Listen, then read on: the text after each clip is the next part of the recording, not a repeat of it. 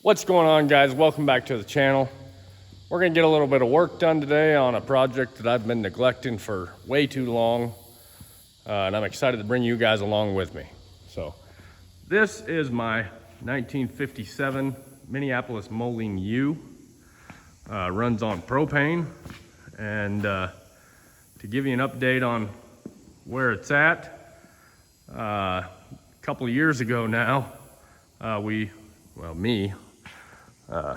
I took the top end off. We had the cylinders off, the heads off. I took them over to a good friend's machine shop, and he went through them, honed the cylinders out for me.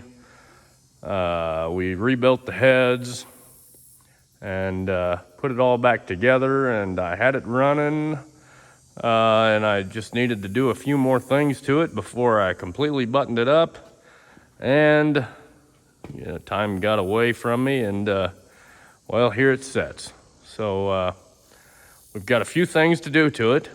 The first thing we need to do is I put a brand new battery on it before I kind of walked away from it, and at this point I'm not sure if that battery's any good or not. So the first thing we need to do is take that battery over to the other shop and put it on a smart charger, and hopefully we can bring that battery back to life. The next thing we need to do, and to give you a little pretext here, I did have antifreeze in this thing before I walked away from it. I put 50-50 in it.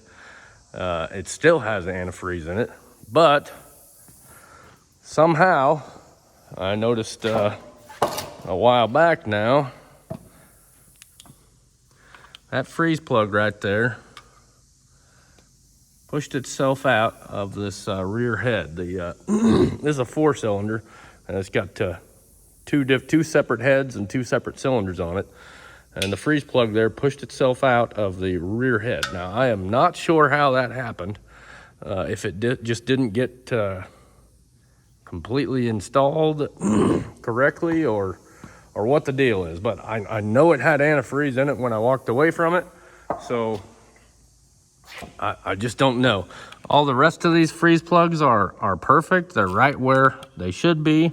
None of them got pushed out, so I really don't know how that freeze plug came out, but I don't see any obvious signs of damage of any cracking or anything like that. So we're just gonna take this propane tank off and put that freeze plug back in, and continue on with what we needed to do. I think the last thing I did to it was I re-gasketed the water pump because it was leaking, and there's a new hose down there. So I had fixed that, and I think that was pretty much the last thing I had done. And then I bought a new water temperature gauge. The capillary tube for the water temp gauge goes in right there. I bought a new gauge for it, and I just never got to putting it on. I didn't want to put a hard load on it without putting a gauge in it that I trusted, and I bought the gauge and just never got to put it on. So that's where it's at, and so we're gonna get to work on it. So like I said, the first thing we're gonna do is take this battery over and try and save it. All right, so made it back over to the other shop. First thing I want to do here with this battery is clean the terminals. Got this, this is probably my favorite battery terminal cleaner that they make. It gives you a real good clean with these blades there, and you've got a cleaner for the female side as well. So we'll take the positive side here. They're labeled plus and minus, and give that a few spins, and this thing really does a good job shining up those posts. As you can see, they're pretty cruddy. So give this a few spins, and we'll hook the battery charger up and see what it says. So battery charger is already plugged in. There's plus and there's minus. So what do we get? Nothing. Let's see. Percent charge, 0. Well, I don't know if that means, oh, it's on 2 amps. I guess we're just gonna let this set and see what happens. Hopefully it comes back and we can get it to 100%. So for now, let's go back over to the other building and we'll pull that propane tank, or pull it back. That's all we really need to do, is just pull it back. And we'll check out what's wrong with that freeze plug.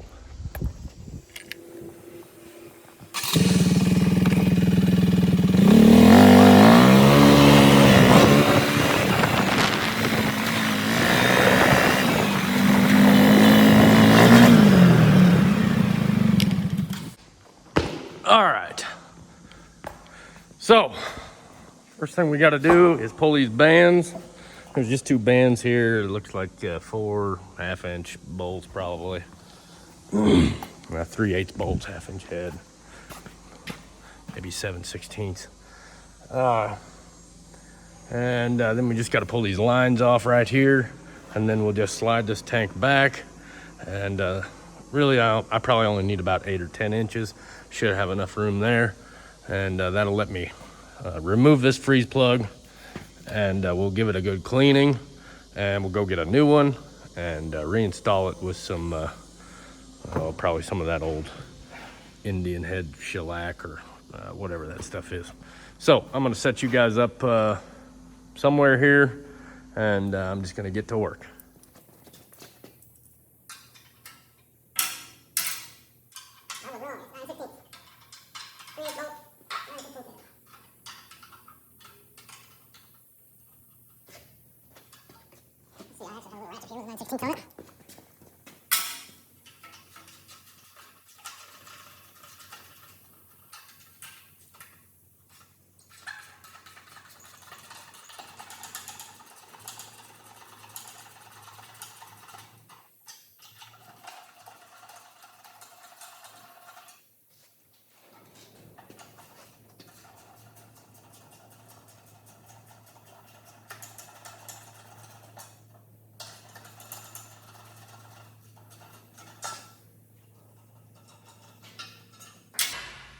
Uno and dos.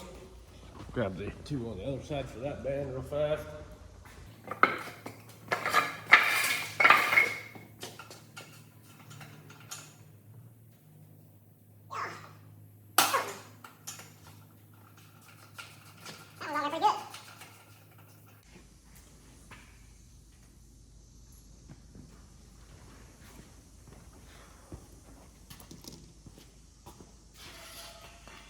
There's the front band. Tell you what, one thing I love about this old stuff is they made it easy to work on. If you were a farmer, you could fix your own stuff pretty much. Just basic hand tools.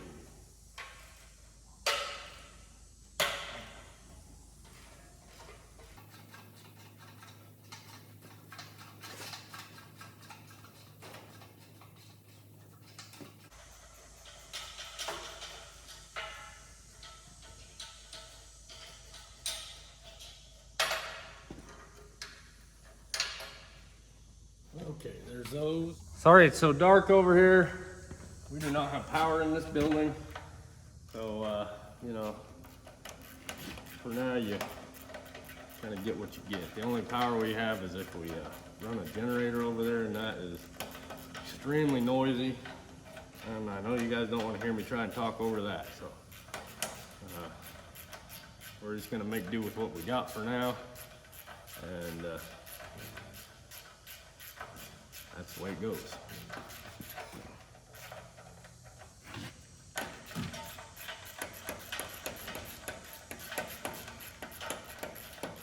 It's good and hot today. It was over 100 degrees, and it hadn't cooled off that much, so obviously I'm sweating a little bit.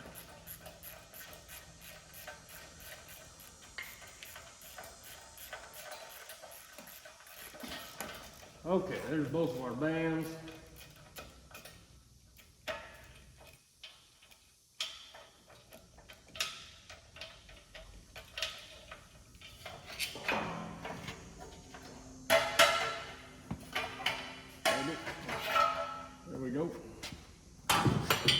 set up there. Now the next thing we need to do is come around the back side here. There's this motorcycle that's parked right in the way. Let me get this out of the way here. Some of you might recognize what I'm setting this camera on. It's still here. It hasn't gone anywhere.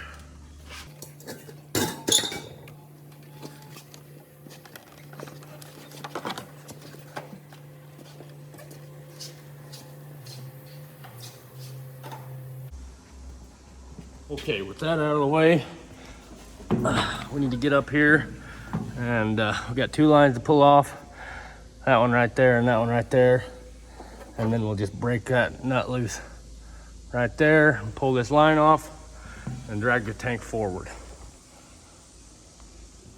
Okay, we'll record with the flash a little bit so you can see what's going on. Give these fittings a little bit of lubrication since they haven't been apart in a while. And looks like I need a 3/4 or 13/16. Give me just a second.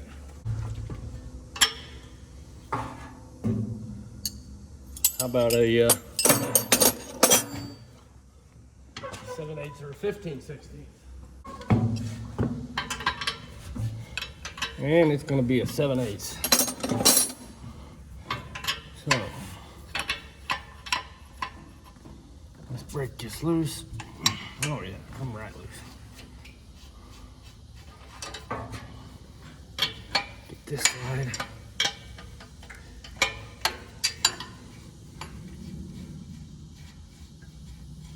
Got the good set of wrenches out today. If you can believe this, I found this set of snap-on wrenches on Facebook Marketplace about probably 4 years ago now on Christmas morning, and the ad said snap-on wrenches, but they were in a bag that was some other wrench manufacturer. I can't even remember what it is now. And they'd been posted for several hours, and they were posted for $50. This is a complete set of snap-on wrenches from 1/4 inch to 1.25 inches. And the ad said $50. And of course I didn't really believe, oh yeah, that should be enough room for us to get to the freeze plug. I didn't really believe that they were snap-on wrenches, but I had to go look for myself. Oh yeah, that'll give us plenty of room to get to that. But obviously my curiosity got the best of me, and I went as quick as I could. And when I got there, it was a complete set of snap-on wrenches from 1/4 inch to 1.25 inches, and I paid the guy $50 for that set, and I ran.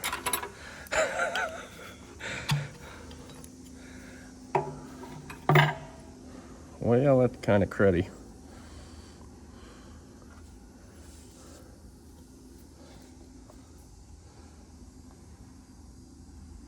You can see green down in there.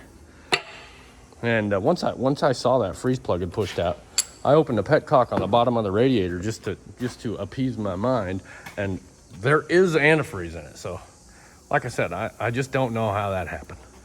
Let's go get a screwdriver and a wire brush, and we'll clean that surface up, and then not sure if we'll get to it today, but I need to go to town and buy a new freeze plug for that. So let me go get some tools. And we're back. Okay, I've got a couple tools here to do some cleaning. First being just a straight bit screwdriver, and we're running around this outer edge here.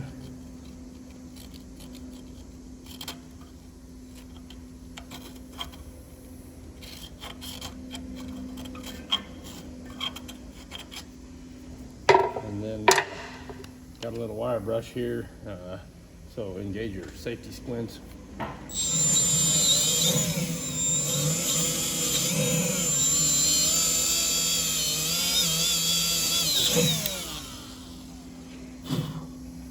And that looks perfect. Do a little bit more.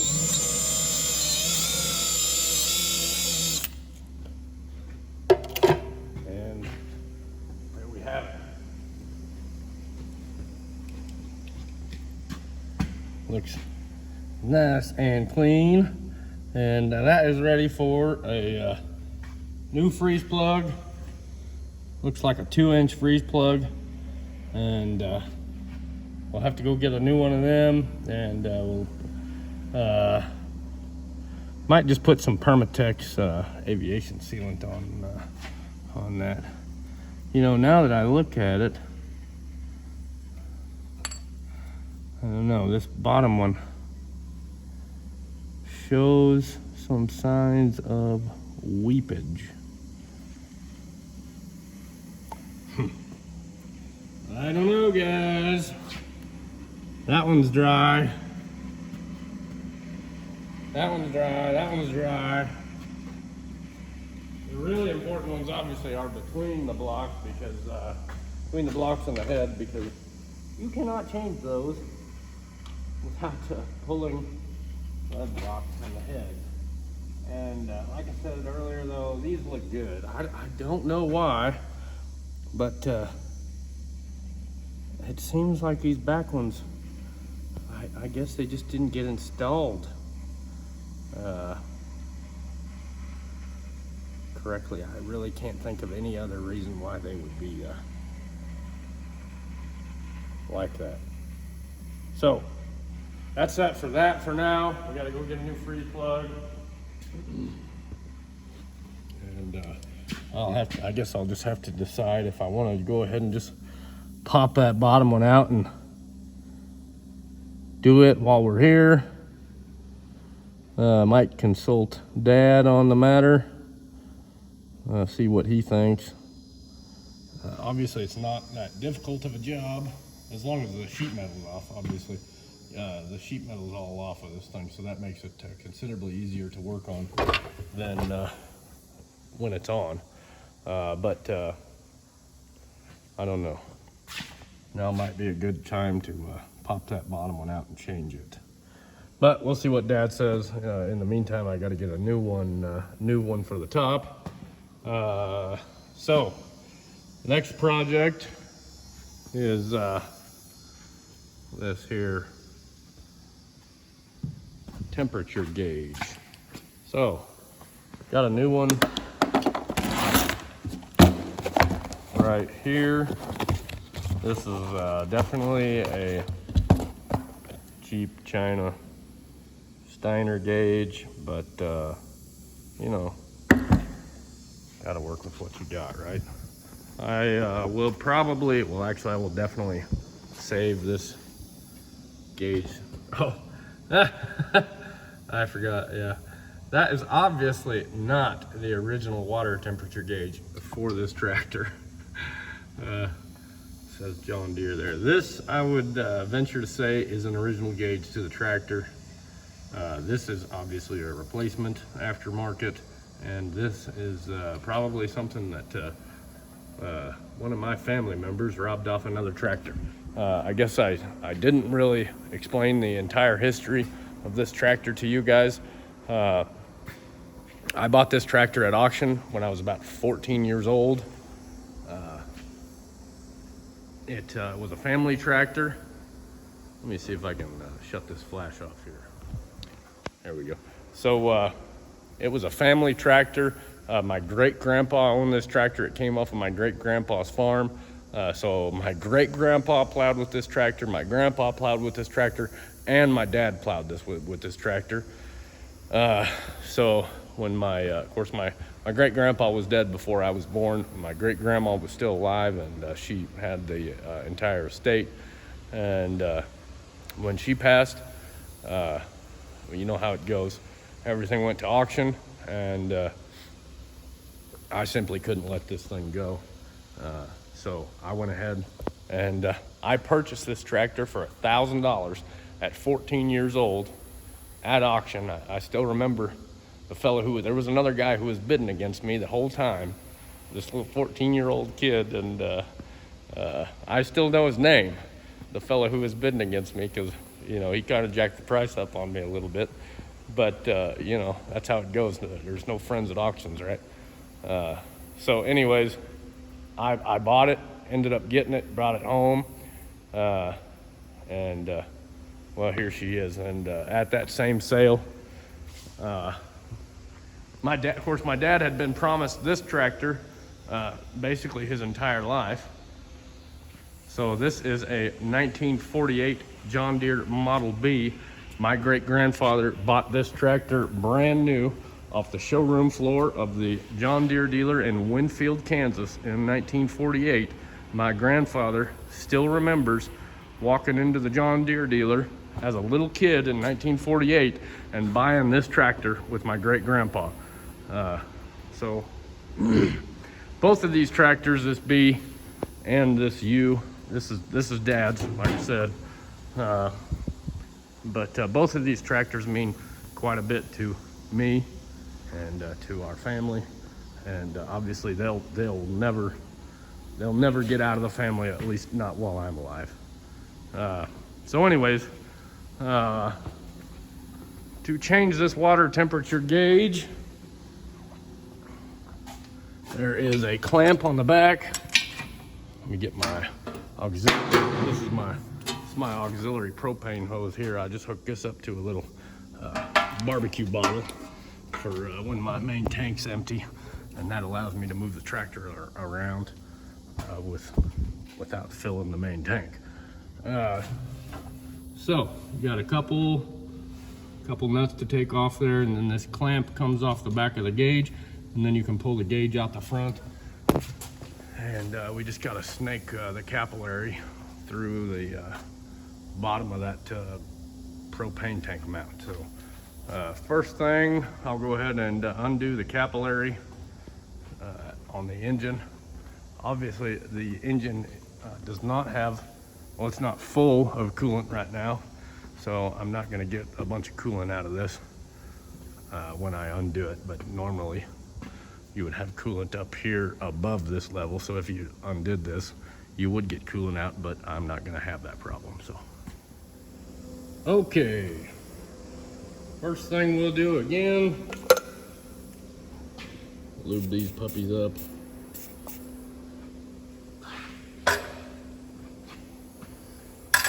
And we'll break this loose here, hopefully. No, we won't. Not with that wrench anyways. Let's see what the old Knipex will do. Nothing.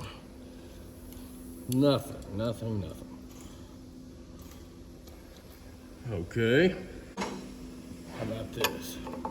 Let's see what this does. Nothing. I'm gonna go get some crow's feet out of the, some tubing wrench crow's feet out of the toolbox, and we'll go from there. All right, back with some tools. The first one being the brute force. I'll use the crow's feet on this bottom one since it's not destroyed, but we're gonna have to get mad at this top one, this capillary nut here. Whoop. Let's see what we can do here.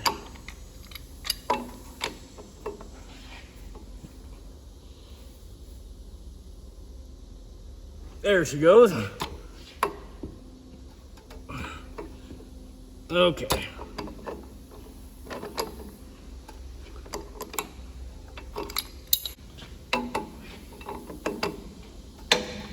If I would have started with a crow's foot, with a tubing wrench crow's foot, it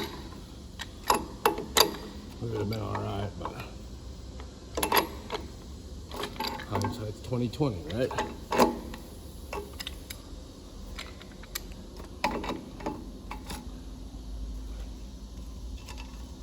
Okay. There's that nut. And that cap. Oh, there it comes. There is your capillary tube.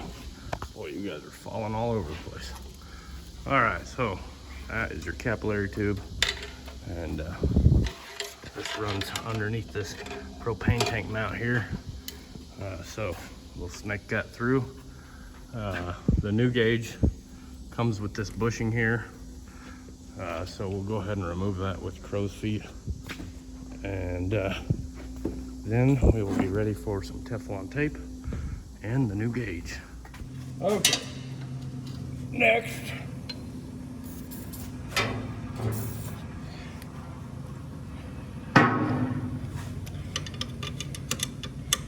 Let's get these nuts off the back of the gauge. Obviously this gauge has been on here for some time because it's been painted prairie gold. So it must have been put on there before the last time this tractor got a coat of paint, which was a long time ago. There's one, and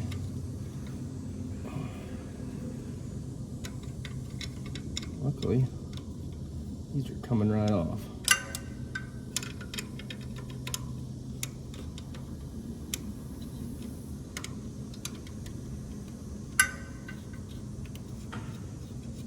Oh yeah.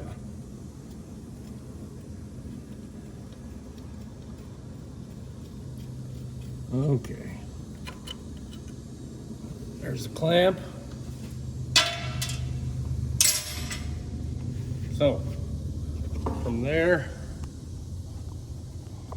this gauge will pull out of the front just like that, and it's pulling the capillary tube right along with it. Of course, it's going to get stuck somewhere. Let's see. Oh, there it is. Ah, it's pinched right there. There we go. Straighten that out a little.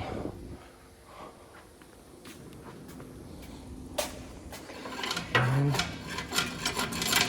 with any luck, it'll pull right out. So,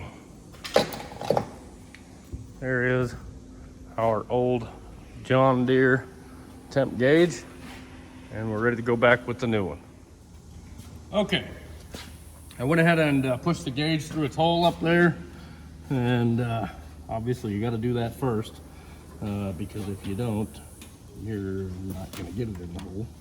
And now we'll try and snake this capillary through this mount here, and it looks like it's going to cooperate. Oh, maybe I spoke too soon.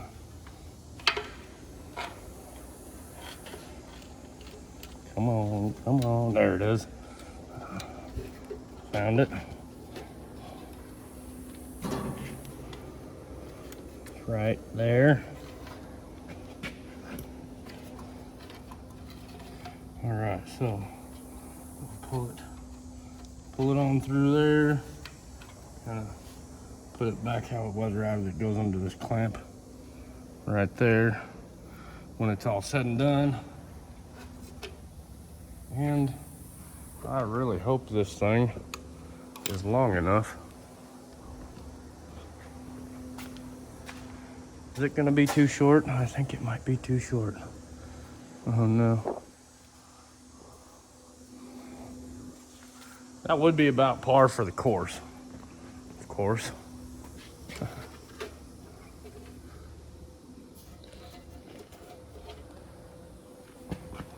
Let's see. Goes underneath that line there.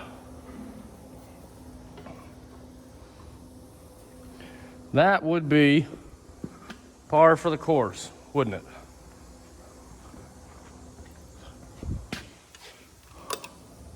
Guys. Oh man, my temp gauge is too short.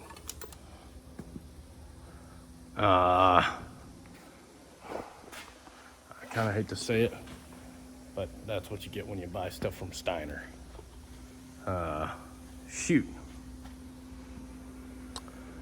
Well,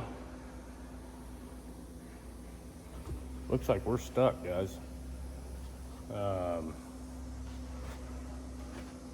Nuts.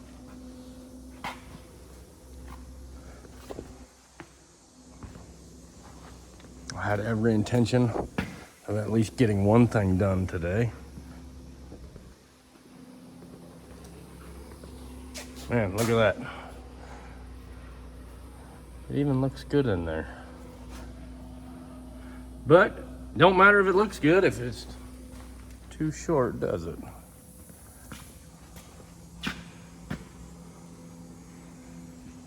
Well, that's the end of that. And that's basically the end of this video, I think. We're kind of done until I get a new temp gauge.